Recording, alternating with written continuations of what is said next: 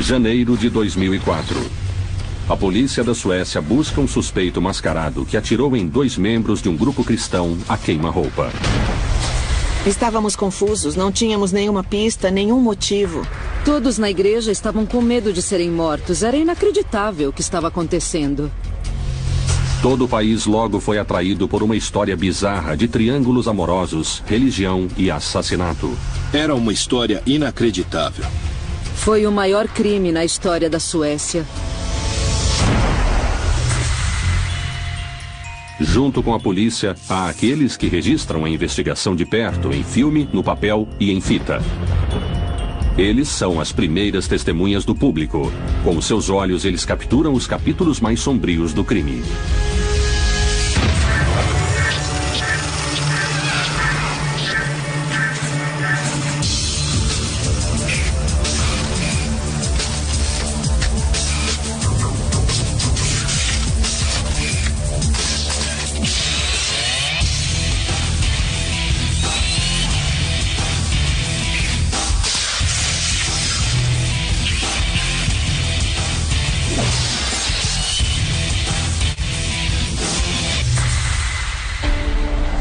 Knutby, Suécia, uma aldeia remota perto da costa leste do país.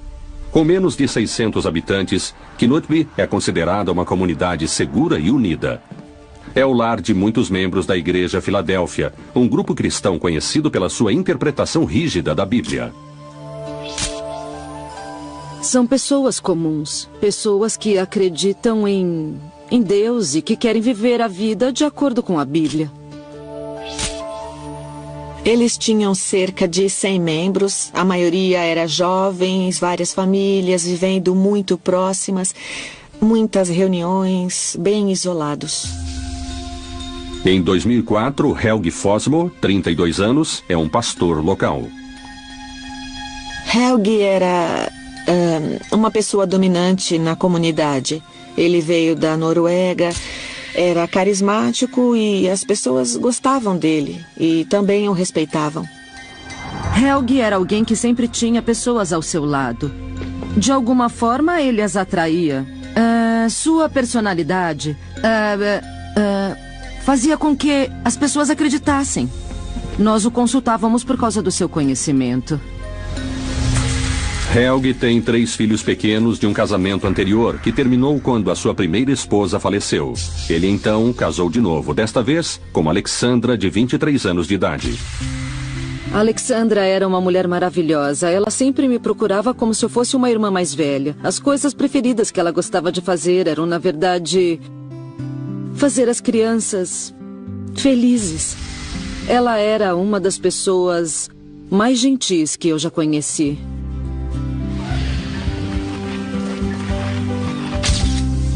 Na época, Helgi e Alexandra moravam numa rua afastada, não muito longe de Daniel Linde, também membro do grupo religioso.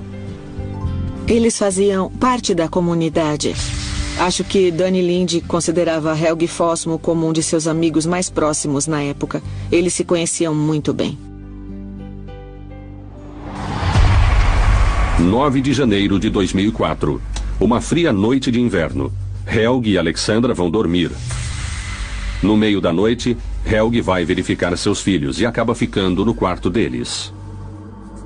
Helgi Fossmo estava em sua casa, em um dos quartos dos filhos. Um dos meninos tinha acordado naquela noite, então ele estava na cama de um dos meninos. No final da rua, Daniel Linde também está na cama. Pouco depois de 4h30 da madrugada, ele se levanta. Havia alguém batendo em sua porta. Ele estava dormindo, então acordou, destranca a porta e lá estava uma pessoa mascarada, apontando uma arma para ele. Seu primeiro pensamento era que aquilo fosse uma brincadeira. Então ele foi baleado. No peito e no maxilar. Daniel consegue encontrar seu celular e liga para o serviço de emergência local. Quando Daniel ligou, a operadora levou um tempo antes de entender que algo tinha acontecido. Ele estava gaguejando muito e tinha dificuldade em falar, já que tinha levado um tiro direto na boca. Uma ambulância logo chega ao local. Quando estava sendo carregado, Daniel pede a alguém para ligar para o pastor Helge Fossmo. Daniel quer que Helge o acompanhe ao hospital. Helge Fossmo foi chamado à casa de Daniel Linde por uma ligação de um dos membros da congregação. Helge acordou, colocou os sapatos, a sua jaqueta e correu para a casa de Daniel sem avisar a esposa. Depois que a ambulância vai embora, a polícia faz bloqueios de estrada por toda a área, esperando ir no encalço do atirador. O que eles sabiam, no momento, era que estavam procurando por um criminoso bem grande. Falavam de um homem consideravelmente grande, vestido de preto, e foi essa descrição que os policiais nos bloqueios receberam. Ao mesmo tempo, um perímetro é estabelecido ao redor da casa de Daniel Linde. O fotógrafo local, Sven Olof Algren, é um dos primeiros membros da mídia a chegar no caótico local. O que me surpreendeu é que havia muitos policiais. Me pareceu que estavam fortemente armados e que eram das forças especiais, com cães. Momentos depois, amigos vão até a casa de Helge Fossmo para avisar Alexandra que Helge tinha ido com Daniel para o hospital. Eles entram e encontram as crianças ainda dormindo. Alexandra Fossmo, entretanto, está deitada na cama, morta.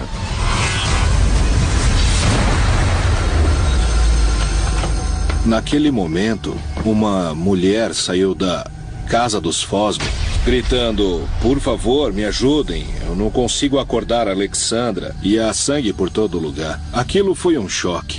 Eu não sabia o que estava acontecendo. O que estava acontecendo lá era muita coisa acontecendo perto da minha casa.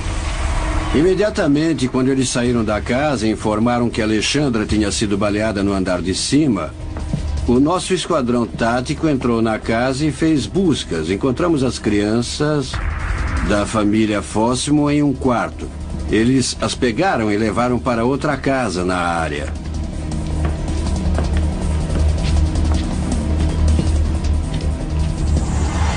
O atirador mascarado aparentemente tinha atacado pelo menos 2 vezes na mesma rua.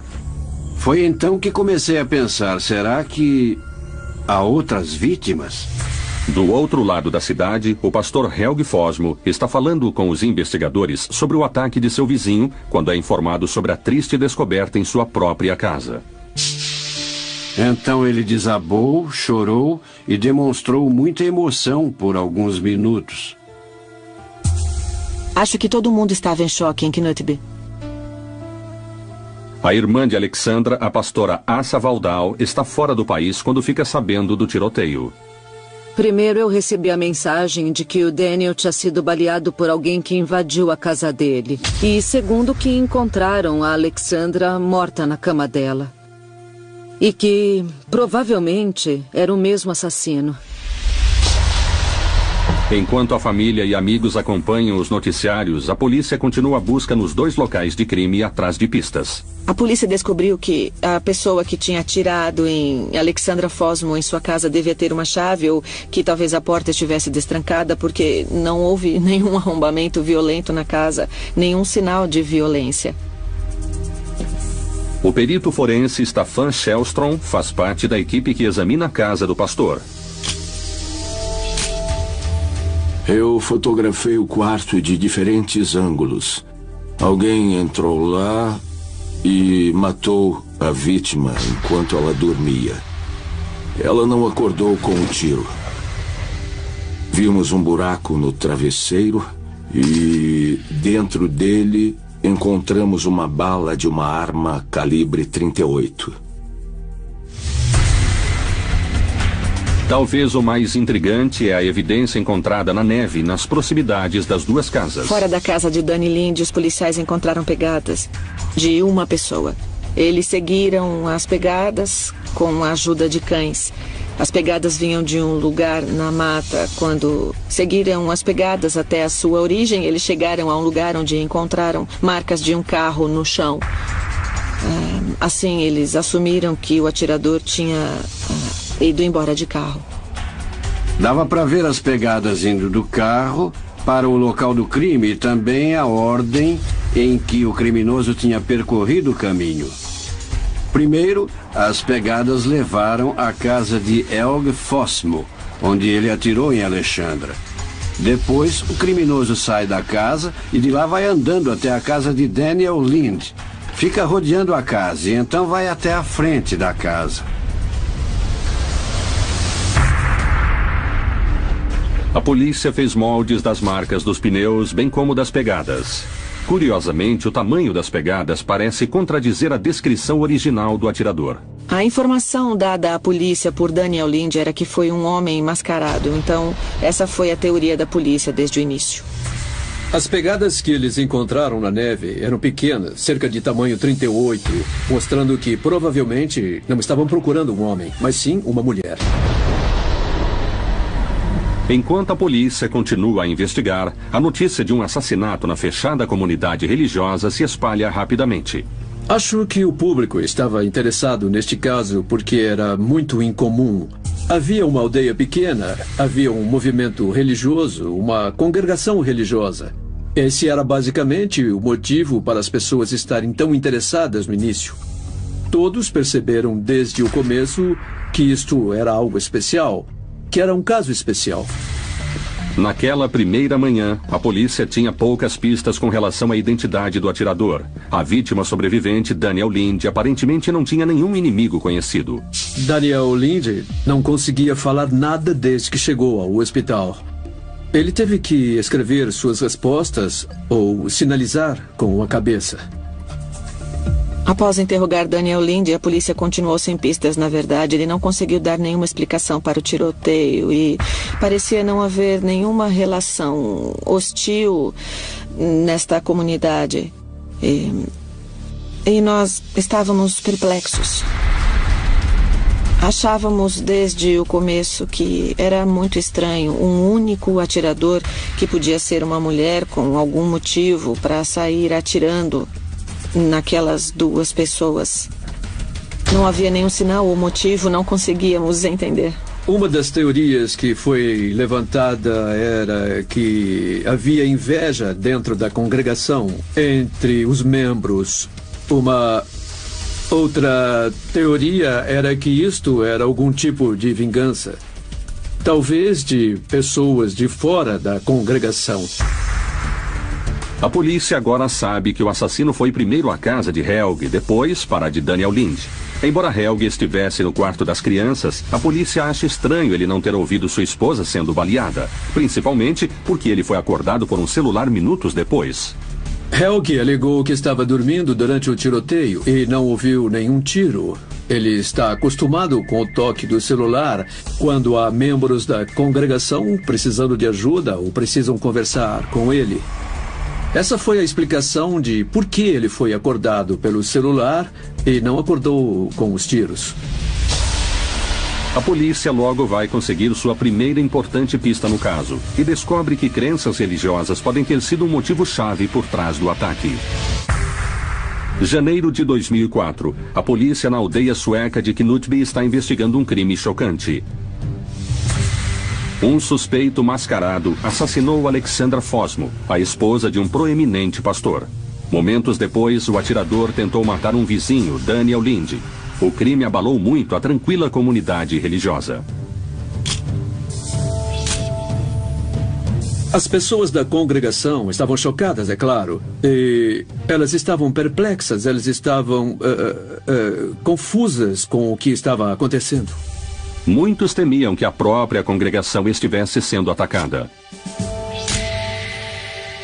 No início, ficávamos todos juntos. Dormíamos juntos em grandes aposentos.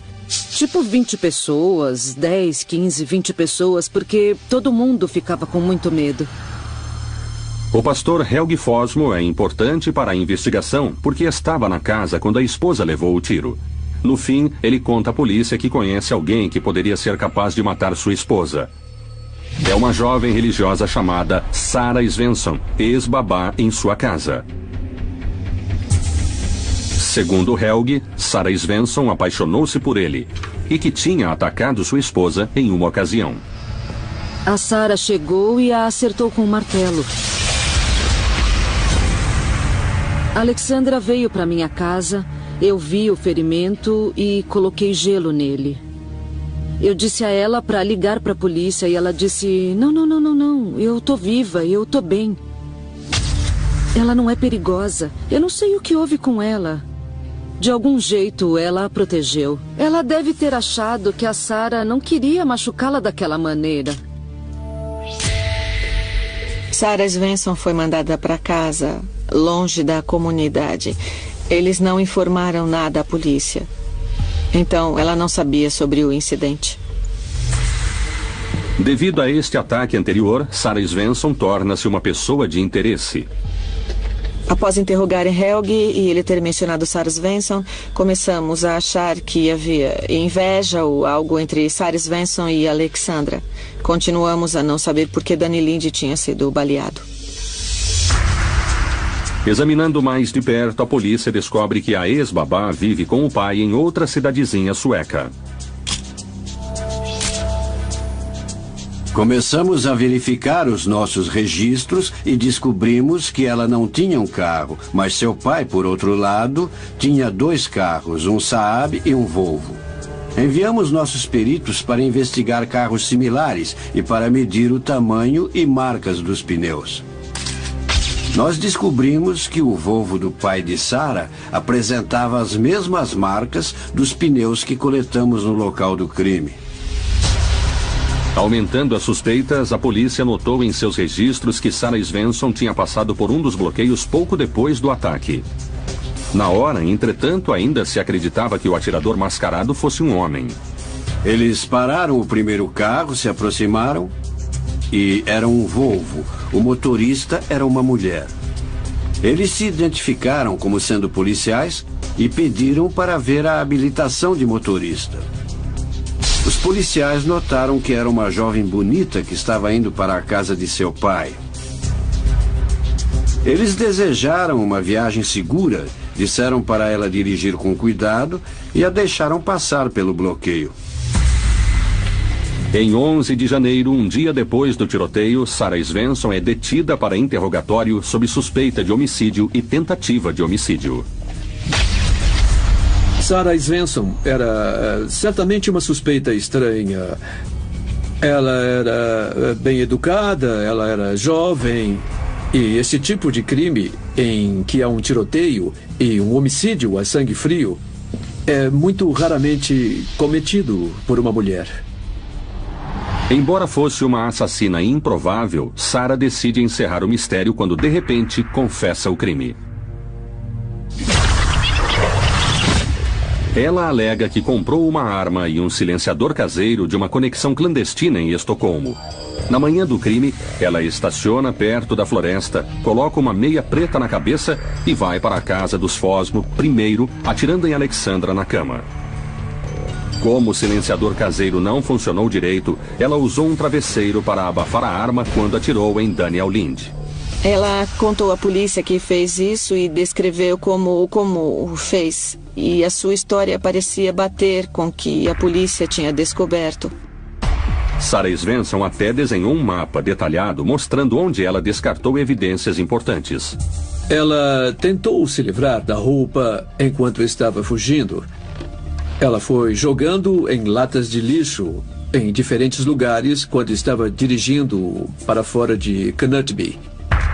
Sarah Svensson jogou a arma da Ponte Urdon na água. Enquanto os mergulhadores procuram a arma, a polícia facilmente recupera os outros itens descartados em sua rota de fuga, incluindo o silenciador caseiro e os sapatos que a ligavam ao local do crime. Quando os sapatos dela foram recuperados, pudemos compará-los com as pegadas que tínhamos e o tamanho e desenho eram compatíveis. Mas apesar da confissão, Sarah disse pouco sobre o motivo de ter atacado as duas vítimas. A polícia suspeita de inveja no homicídio de Alexandra Fosmo, mas não vê nenhum motivo para Sarah querer atirar em Daniel Lind. Ela acabou não revelando nada sobre os motivos. Também curioso é o fato de ela repetidamente insistir que agiu sozinha. Sarah Svensson foi, desde o começo, muito, assim, insistente em dizer que era a única pessoa envolvida naquele tiroteio. Ela disse à polícia que fez aquilo sozinha, que não havia ninguém mais envolvido naquilo. Isso, é claro, deixou a polícia desconfiada. Informados da detenção, os membros da igreja local também suspeitam que Sarah Svensson pode ter sido ajudada no crime. Naquele momento, todo mundo estava chocado. Mas também sentíamos que não seria possível ela estar sozinha naquilo. Estávamos com medo de que pudesse haver alguém mais, escondido no mato, só esperando para matar mais um de nós. Todos na igreja tinham medo de ser mortos. Podia ser possível que fosse um ataque à nossa igreja. A gente tinha esse pensamento maluco. Era tão inacreditável o que estava acontecendo. Daniel Lind se recupera no hospital. E depois de oferecer uma pista importante para a polícia, o pastor Helge Fossmo lamenta a perda de sua esposa com a ajuda da congregação. Ele estava chorando e nós, em família, reunidos na dor. Porém, a investigação tem uma reviravolta bizarra. Em interrogatórios subsequentes, Sarah Svensson finalmente revela mais sobre os seus motivos. Ela explica que, ao atirar nas duas vítimas, estava seguindo ordens de Deus. Ela contou à polícia que estava ouvindo a voz de Deus dizendo para ela fazer aquelas coisas. Ainda mais curioso, ela alega que as ordens vinham na forma de mensagens de texto. Sarah Svensson contou para a polícia que ela recebia a informação de Deus pelo celular dela para matar Alexandra e para matar Daniel. As misteriosas mensagens tornam-se foco importante da investigação, assim como o pastor Helge Fossmo. Um segredo de seu passado pode trazer nova luz sobre o brutal crime. 2004. Em Knutby, Suécia, a polícia está investigando o homicídio de Alexandra Fossmo e a tentativa de homicídio de Daniel Lind, ambos membros de uma rígida comunidade pentecostal. As notícias de que uma tranquila babá chamada Sarah Svensson confessou os crimes causam uma agitação na mídia. Uma comunidade religiosa reclusa é agora manchete nacional. A aldeia foi invadida por jornalistas, fotógrafos, câmeras. Aquela aldeia tornou-se a aldeia mais famosa da Suécia. Depois que Sarah Svensson foi detida, é claro que tentamos obter a maior quantidade de informação possível sobre ela, mas não foi muito fácil naquele ponto, porque os membros da congregação não queriam falar a respeito. Eles não queriam falar absolutamente nada. Aumentando o clima de desconfiança, alguns repórteres classificaram a congregação como um culto. Havia pessoas cercando as nossas casas diariamente, helicópteros, câmeras, jornais, porque o caso se tornou gigante. Publicaram coisas sobre nós, sobre a nossa família, a nossa igreja, e que não eram verdadeiras. A situação não afetava só a nossa congregação, afetava toda a aldeia, uma aldeia, sabe, uma aldeia pequena que não era grande. Afetava todos na aldeia. Com certeza, todo mundo. Membros de igreja incomodados pela população. Enquanto isso, a polícia continua a investigar o crime. Sarah Svensson confessou, mas ela também fez a bizarra alegação de que Deus a tinha instruído para dar os tiros, comunicando-se com ela pelo celular. Ela estava recebendo mensagens de texto pelo celular, com instruções do que fazer. Instruções para ir a Estocolmo e tentar comprar uma arma. Ilegal, é claro. Instruções sobre o dia, a hora e em que casas ela iria para dar os tiros. Segundo Sarah, as mensagens também continham citações da Bíblia para dar coragem a ela para cometer os crimes. A paga do pecado é a morte, mas a dádiva de Deus é a vida eterna. Embora qualquer mensagem de texto relevante tenha sido deletada nos últimos meses, Sarah recebeu 400 mensagens de um celular pré-pago não registrado, terminando com os números 1293. A polícia notou que havia 18 mensagens do misterioso celular na manhã do duplo tiroteio. Enquanto a polícia tentava descobrir mais sobre o celular, ela também investigava a fundo o pastor Helge Fossmo. Ninguém acreditava que ele estivesse dormindo durante o assassinato de sua esposa. Creio que a polícia estava achando talvez que ele estivesse mentindo, ou que nem estivesse em casa. Não dava para acreditar que ele estivesse no quarto ao lado e não pudesse ouvir nada. Um incidente no passado de Helge Fossmo aumenta as suspeitas. Descobriu-se que Alexandra não é a única esposa que o pastor havia perdido tragicamente. Sua primeira esposa, Helene, também morreu subitamente sob circunstâncias misteriosas. 5 anos antes, Helge morava com Helene na mesma casa em Knutby. Um vizinho passou lá uma manhã logo cedo, numa visita marcada. Quando ninguém atendeu a porta, o vizinho entrou e encontrou Helge ainda dormindo em sua cama. Os dois homens conversavam quando ouviram água correndo no banheiro. Como Helene não respondeu aos chamados, eles arrombaram a porta. Helene estava na banheira, submersa na água. A história era que ela estava no chuveiro e caiu na banheira, batendo a cabeça na torneira. E a torneira também combinava com o ferimento em sua cabeça. Na época, a polícia considerou a morte acidental. Achamos que seria bom reabrir aquele caso e investigar mais uma vez. Curiosamente, há estranhas discrepâncias no arquivo. A autópsia realizada na época revelou que Helene tinha uma quantidade letal de medicamento em seu sangue, um fato importante que nunca chegou no relatório final da polícia.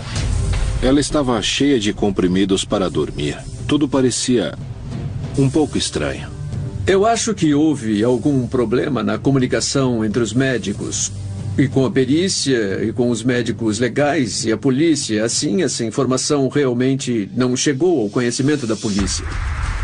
Considerando as duas mortes, Helge Fossmo está ganhando terreno como uma pessoa de interesse no homicídio de suas duas esposas. Um importante avanço com relação às misteriosas mensagens de texto abre caminho para a investigação. Janeiro de 2004. Em Knutby, Suécia, uma babá chamada Sarah Svensson confessou ter tentado matar Daniel Linde e de ter matado Alexandra Fossmo.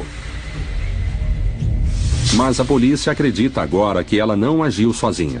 Uma pista para a investigação é a alegação bizarra de Sarah de que recebia mensagens de Deus incitando-a a cometer o crime. Foi muito difícil para os interrogadores convencer Sarah Svensson de que as mensagens não eram de Deus, que deviam ser de outra pessoa. Em meados de janeiro, há alguns avanços importantes. Apesar de Sarah ter apagado as mensagens de texto relevantes, a polícia identificou o número do celular pré-pago que possivelmente as enviou, referindo-se a ele como celular S na investigação. Como os celulares se comunicam enviando sinais para as torres de celulares próximas, é possível identificar a localização geral de um celular em qualquer ponto. Embora o misterioso celular S parece ter residido principalmente em Knutby, em algumas poucas ocasiões, o seu sinal sugeria viagens de estrada para outras partes da Suécia. Em mais de uma ocasião, o celular S seguiu o exato itinerário de viagem do pastor Helge Fossmo, já suspeito de ser um possível cúmplice no assassinato de sua própria esposa. O celular S também parece acompanhar as atividades do celular conhecido e registrado de Helge. Vimos na lista de celulares que este em especial, o pré-pago, estava junto com o de Helge, estavam bem perto um do outro. O celular normal de Helge e este celular X. Ele devia conhecer este celular. Quando mostraram as evidências de que Helge estava por trás das mensagens, Sarah parece genuinamente chocada. Ela achou difícil de acreditar que ele estivesse envolvido, que ele estivesse enviando as mensagens. Ela teve dificuldade em aceitar isso no início. Ela realmente acreditava que recebia as mensagens de Deus. Sentindo-se traída, Sarah começa a revelar mais informações sobre o seu relacionamento com o pastor. Ela admite que teve um longo romance com Helge Fossmo enquanto morou em sua casa como a babá da família. Por vezes ele falava sobre como Deus poderia decidir que era hora de sua esposa Alexandra morrer. Ele até sugeriu que Sarah poderia ser chamada para agir como um instrumento de Deus. Helge perguntou a Sarah um ano antes se ela mataria um ser humano. E ela respondeu que não. Isso foi no verão. No outono de 2003, ele perguntou de novo se mataria alguém. Mas ela disse que não. Então, ele perguntou se fosse a vontade de Deus, se ela mataria. E ela respondeu que sim, talvez. Embora a polícia ainda não tivesse evidência concreta sobre o conteúdo das mensagens de texto, agora acreditam que Helge se passou por Deus, instruindo Sarah Svensson para matar Alexandra. Mas por que Sarah foi enviada depois para matar o vizinho de Helge, Daniel Lind? 21 de janeiro. Ainda temendo haver uma conspiração maior em andamento, a polícia instala grampos em vários telefones da congregação. Por meio dos grampos, a polícia faz uma surpreendente descoberta. O pastor Helge Fossmo também parece estar romanticamente envolvido com outra mulher chamada Annette Lind. Annette Lind era a esposa abandonada de seu vizinho Daniel Lind, a outra vítima no duplo tiroteio. A polícia chama Helge e Annette para interrogatório, esperando obter conversas telefônicas reveladoras entre os dois posteriormente. Quase que imediatamente após terem sido interrogados, eles pegam seus celulares e ligam um para o outro. E a polícia, claro, tinha grampeado esta ligação. Então foram para a sala de escuta depois do interrogatório para ouvir as ligações. A conversa, na verdade, era sobre o último interrogatório. Se as perguntas tinham sido difíceis de responder, se a polícia tinha sido dura, depois declararam que apoiariam um ao outro e que se amavam. Essas ligações ofereceram à polícia todos os motivos. Agora parece claro que, além de ter um caso com sua babá Sarah, o pastor Helge Fossmo também estava envolvido com a esposa de seu vizinho, Annette. Persuadindo Sarah a matar sua esposa e o marido de Annette, Helge poderia eliminar todos os obstáculos para ele e Annette ficarem juntos sem ter de cometer o crime. Em 21 de janeiro de 2004, a polícia conduz uma ampla batida em Knutby, fazendo buscas em casas e veículos, apreendendo computadores e celulares. O pastor Helge Fossmo e Annette Lind são detidos. Achamos que ela tivesse informação sobre esse tiroteio e que talvez tivesse participado no planejamento disso. Comecei a coletiva de imprensa fazendo um anúncio que estas duas pessoas foram detidas para interrogatório, que elas eram suspeitas, que tínhamos descoberto que eles tinham um relacionamento e que a polícia via um motivo para os tiroteios. O que inicialmente parecia um ato louco de inveja de uma mulher, agora parece uma conspiração mais ampla envolvendo dois diferentes triângulos amorosos. Houve realmente um silêncio na sala. Eu acho que foi uma grande surpresa para quase todo mundo presente. Muitos na congregação acharam difícil de acreditar que o pastor Helge Fossmo estava envolvido num caso, muito menos num homicídio. No início, todos achamos que isso estava errado. Todos nós o protegemos. Não era possível, ele não podia ter feito aquilo. Ao mesmo tempo, a polícia ainda não tem evidência física concreta implicando Helge Fossmo ou Annette Lind aos tiroteios realizados por Sarah Svensson. Mas uma descoberta forense envolvendo o celular de Sarah logo daria tudo o que eles precisavam. 28 de janeiro de 2004. Na Suécia, o pastor Helge Fossmo e sua amante Annette Lind foram detidos pelo homicídio e tentativa de homicídio de seus cônjuges. Embora nenhum deles tivesse puxado o gatilho, a polícia acredita que o pastor se passou por Deus por mensagens de texto para convencer uma jovem religiosa chamada Sarah Svensson para cometer os crimes. O investigador Lee Fitzpumble está no comando do interrogatório do proeminente pastor após a sua prisão. Fui até a cela onde ele estava e o levei para a sala de interrogatório. E o seu advogado também estava presente e ficamos sentados na sala. Minha primeira impressão foi de que ele era um pregador. Estava sentado de costas retas. Dava a impressão que dizia: sou um pastor e eu não cometi este crime. Embora Helge negasse qualquer participação na morte de sua esposa, ele admite ter casos com Sarah Svensson e Annette Lind. Às vezes, ele encontrava as duas mulheres sob o mesmo teto de sua esposa. Quando Alexandra estava dormindo, Annette vinha para a casa deles e os dois ficavam juntos. Mas a Sarah também estava dormindo lá. Depois que a Annette ia embora, a Helge descia e chamava: Sarah, pode subir agora. Diante da evidência, Helge também é forçado a admitir ser o dono do misterioso celular S, o celular em constante contato com a assassina Sarah Svensson. Mas ele nega ter enviado à sua ex-babá religiosas mensagens de texto incitando-a a cometer o crime.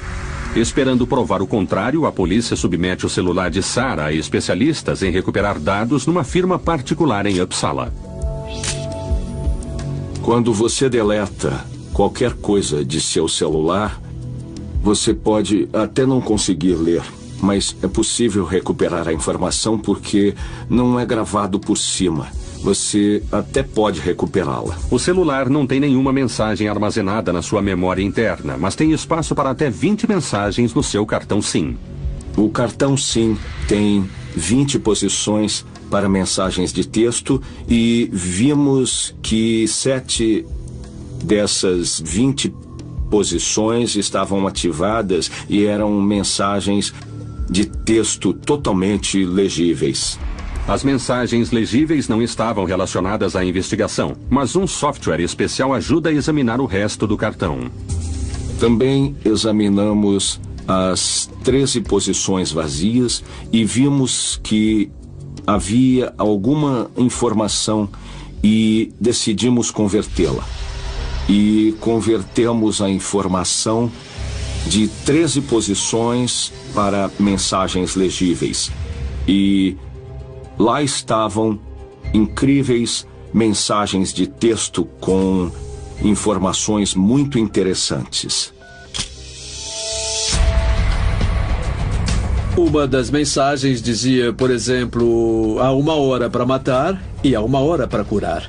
Havia uma mensagem dizendo que a primeira coisa que você deve fazer é porque deve fazer. E a segunda coisa que deve fazer é por amor a ele. A verdadeira explicação era que a primeira coisa era matar Alexandra e a segunda coisa era matar Daniel. Para a polícia, as mensagens de texto confirmam a história de Sarah Svensson, acrescentando evidência crucial de que Helge Fossmo foi cúmplice no crime. As mensagens de texto do celular poderiam ser vistas como um encorajamento para ela realizar o tiroteio. Annette Lind é solta no começo de fevereiro depois que a polícia determinou que ela não sabia do plano de assassinato. O pastor Helge Fossmo e a babá Sarah Svensson foram a julgamento em maio de 2004. Sarah Svensson foi acusada de homicídio e tentativa de homicídio e Helge Fossmo foi acusado de incitamento ao homicídio e tentativa de homicídio. Helge também é acusado de homicídio de sua primeira esposa, Helene, cuja morte a polícia acredita que não foi acidental. A cobertura da mídia foi enorme. Era manchete diária durante o julgamento. Este caso era tão inacreditável que, se alguém tivesse escrito como um livro ou roteiro para um filme, nunca teria sido publicado. Seria considerado irreal e estranho demais, saído do nada. Mas era realmente o que tinha acontecido. O mais importante era a história de Sarah Svensson, que parecia correta em cada detalhe, e essas mensagens de texto que vieram do celular dele para o dela e que só poderiam significar o encorajamento para ela fazer isso, atirar naquelas pessoas. Um momento central no julgamento foi quando Sarah Svensson contou a sua história. Foi um momento, assim, muito comovente. Ela estava sob muita pressão, podemos dizer. Ela teve dificuldade em contar. Ela foi interrogada por cerca de 7 horas naquele dia no tribunal. E ela estava mais ou menos contando a história do primeiro dia que chegou a Knutby até o tiroteio em janeiro. Eu lembro quando ela estava contando como tinha estacionado o carro e estava andando na direção das casas. Num certo ponto, ela parou no caminho e tirou o celular para ver se tinha alguma mensagem nova. Ela esperava que a mensagem dissesse a ela para parar. Foi realmente quando me dei conta de que toda aquela história era absurda. Ali estava uma mulher de 26 anos, olhando para o celular dela, esperando para ver uma mensagem para ela não matar. Apesar de Helge declarar sua inocência, a promotoria pinta um retrato vívido de um homem que usou sua autoridade religiosa para seduzir e fazer lavagem cerebral numa jovem e, no fim, convencendo-a a cometer os crimes. Eu acho que Helga controlou Sarah, dizendo que era a vontade de Deus. E como ela confiava em Helga, como sendo um homem de Deus, ela acreditava mais nas suas palavras do que acreditava no que era certo. Ele a fez acreditar que era a vontade de Deus que ela atirasse em Alexandra. Para mim, que sou religiosa, é a pior coisa que se pode fazer usando o nome de Deus, dessa forma tão horrível. Para minar mais ainda a afirmação de inocência de Helge, membros do tribunal são levados à casa dos Fosmo para uma recriação da manhã do crime.